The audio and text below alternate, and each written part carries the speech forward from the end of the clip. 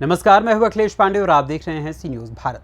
खबर सहारनपुर से है, जहां दिल्ली रोड स्थित सभागार में वोटर चेतना अभियान कार्यशाला का आयोजन किया गया, जिसमें मुख्य अतिथि के रूप में भाजपा के प्रदेश अध्यक्ष भूपेंद्र चौधरी मौजूद रहे। जहां उन्होंने भाजपा कार्यकर्ताओं को वोटर चेतना अभियान के बारे में जानकारी दी। वहीं इस दौरान प्रेस वार्ता में उन्होंने स्वामी प्रसाद मौर्य को लेकर भी एक बड़ा बयान दिया। उन्होंने कहा कि स्वामी प्रसाद मौर्य जिस तरीके से बयानबाजी करते हैं, अभी पीछे भी उन्होंने हमारे धार्मिक ग्रंथों, जो करोड़ों लोगों की आस्था से जुड़े हुए हैं, उनके ऊपर भी कटाक्ष किया। उन्होंने कहा कि स्वामी प्रसाद मौर्य ने रामायण के बारे में अनावश्यक टिप्पणी की और हमारे मठ मंदिरों के बारे में जिस प्रकार से उन्होंने नकारात्मक व आपत्तिजनक बातें की, अब समाजवादी पार्टी के राष्ट्रीय अध्यक्ष अखिलेश यादव को सामने आकर इस पर जवाब देना चाहिए, जनता के सामने आना चाहिए। स्वामी प्रसाद मौर्य जिस तरीके की बयानबाजी करते हैं और देश के बड़े और बहुसंख्यक समाज को अपमानित करने का काम करते हैं, तो समाजवादी पार्टी का इसमें अधिकृत स्टैंड क्या है, ये अखिलेश यादव जी को बताना चाहिए। आगे उन्होंने क्या कुछ कहा, आइए आपको सुनाते हैं। मतदाता सूची के पुनरीक्षण का अभियान भारत निर्वाचन आयोग के द्वारा अलग अलग तिथि निर्धारित करके विशेष अभियान चलाकर ये चलाया जाता है। भारतीय जनता पार्टी ने, हम लोगों ने तय किया कि हम सब लोग मिलकर अपनी बूथ समिति के माध्यम से जो लोग 18 वर्ष से अवस्था पूरी कर चुके हैं, उन लोगों को नए मतदाता बनाने का अभियान हम लोग चलाएंगे। आयोग द्वारा जो भी निर्धारित तिथियां हैं, उन तिथियों में भारतीय जनता पार्टी के संगठन का अभियान चलेगा और जो लोग नए मतदाता बनने की अहर्ता रखते हैं, उन सब लोगों को मतदाता सूची में सम्मिलित करने का प्रयास हम सब लोग करेंगे। सर, स्वामी प्रसाद मौर्य ने स्टेटमेंट नया दे दिया है कि बंटवारे का जिम्मेदार हिंदू महासभा है, दिन नहीं। अब स्वामी प्रसाद मौर्य जी ने जिस प्रकार की वो बयानबाजी करते हैं,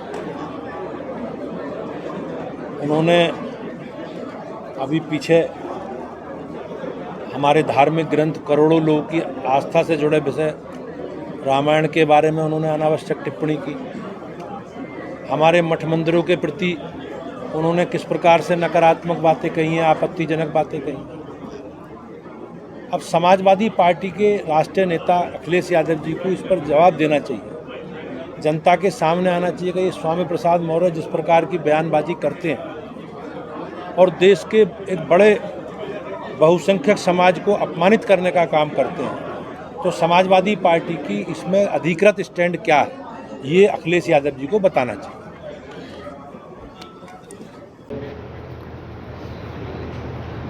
सहारनपुर महानगर जिले की कार्यशाला में उपस्थित माननीय जिलाध्यक्ष जी, महानगर अध्यक्ष जी, जिले के प्रभारी डी.के. शर्मा जी, महानगर के प्रभारी प्रदेश के मंत्री भाई चंद्र मोहन जी, सरकार में मंत्री आदरणीय यशवंत सैनी जी, आदरणीय राघव अग्रपाल शर्मा जी, आदरणीय प्रदीप,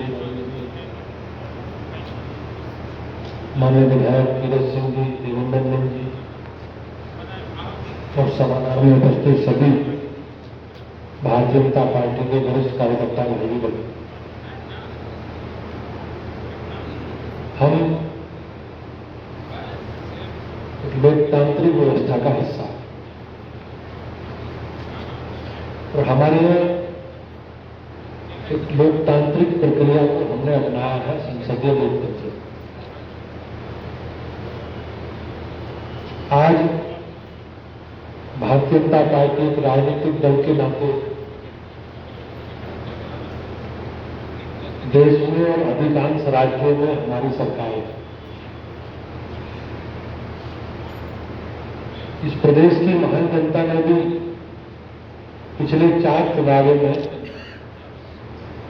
2014 के, 2019 के लोकसभा चुनाव में और 2017 के विधानसभा और 2022 के विधानसभा चुनावों में भारतीय जनता पार्टी को बड़ा जनादेश दिया।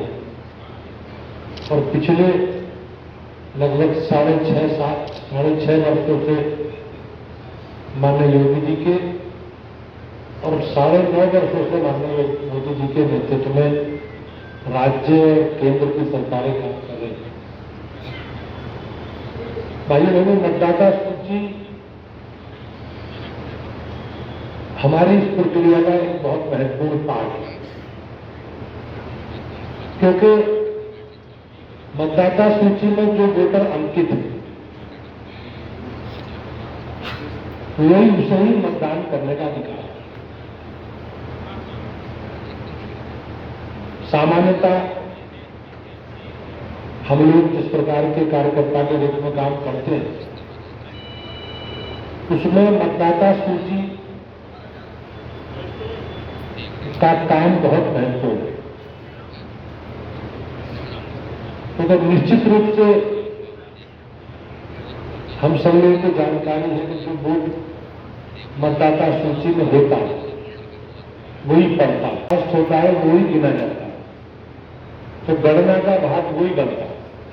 तो इस प्रकार से इलेक्शन कमीशन अलग अलग कार्यक्रम चलाकर, अभियान चलाकर मतदाता सूची के पुनरीक्षण का काम करता है। उसमें हमारी भूमिका क्या हो, हमें क्या क्या काम करने हैं, जिससे सभी लोग जिनकी उम्र 18 साल से ज्यादा है, लोग आपके शहर गांव में निवास करते हैं, उनका नाम मतदाता सूची में आ जाए, ये प्रयास हम सब लोग करते हैं। जैसा कि सब लोग जानते हैं कि 27 अक्टूबर से नए मतदाता बनाने का काम प्रारंभ हुआ और इस अभियान में 2024 लोकसभा चुनाव से पहले ये मतदाता सूची के पुनरीक्षण का काम होना। इससे पूर्व अभी जो पोलिंग स्टेशनों का निर्धारण का काम है उसको पूरा हुआ। मतदान केंद्रों के साथ साथ जो इलेक्शन कमीशन के भारत निर्वाचन आयोग के मानक है उसमें पोलिंग स्टेशन भी बढ़े। इसलिए मतदाता सूची के सत्यापन में इस अभियान का जो ये पार्ट है, लोकसभा से पहला अंतिम पार्ट हम कहेंगे, इसमें हम सब लोगों को बहुत महत्वपूर्ण भूमिका निभानी है। अभी जैसे कि आपको जानकारी दी गई होगी, अंतिम वोटर मतदाता सूची का प्रकाशन होगा 27 अक्टूबर 2023। अंतिम मतदाता सूची पर दावे और आपत्तियों का निस्तारण होगा 27 अक्टूबर से 9 दिसंबर तक।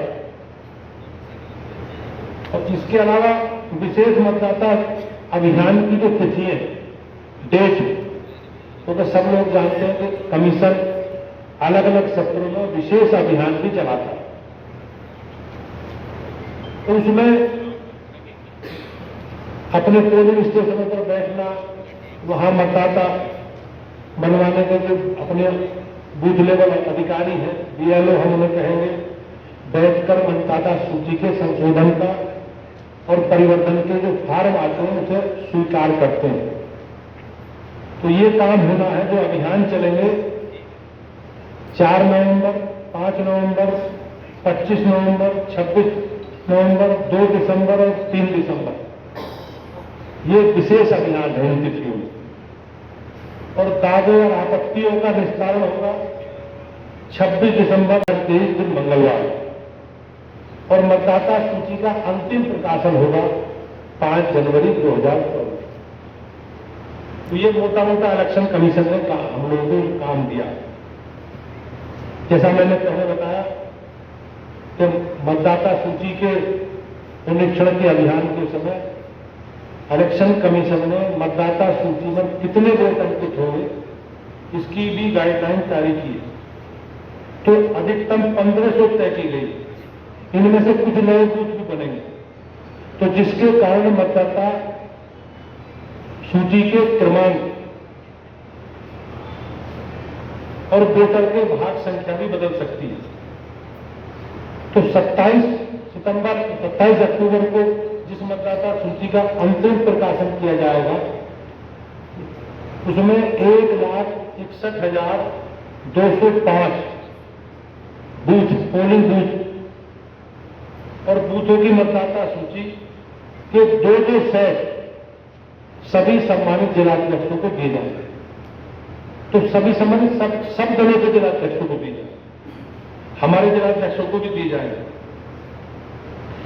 इसमें हमें एक महत्वपूर्ण काम क्या करना है कि बहुत दल ऐसे पंजीकृत हैं जिनकी गतिविधि लगभग भैया। सहारनपुर से सी न्यूज़ संवाददाता सुरेंद्र की रिपोर्ट। फिलहाल इस खबर में बस इतना ही। देश दुनिया की तमाम खबरों के लिए देखते रहें सी न्यूज़ भारत। हर खबर आपके साथ, आपके हाथ।